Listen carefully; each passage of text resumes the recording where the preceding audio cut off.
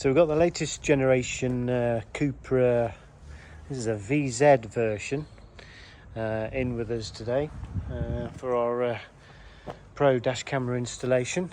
So I just thought I'd just give you a quick resume on what we've achieved within this vehicle.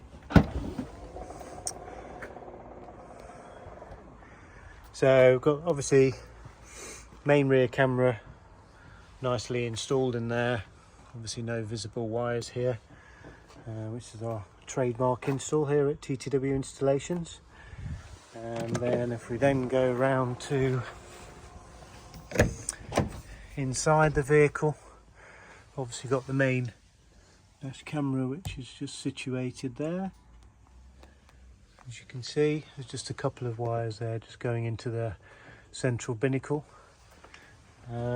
We install these using fuse taps. We don't do hard wiring onto existing wiring like some mobile installs do, so there's no issues as regards to warranty, and it's very easily removed if required. So if you've got a latest generation Cupra or any other type of vehicle that you would like a dash camera installing in the correct way, then please give us a call here at TTW Installations.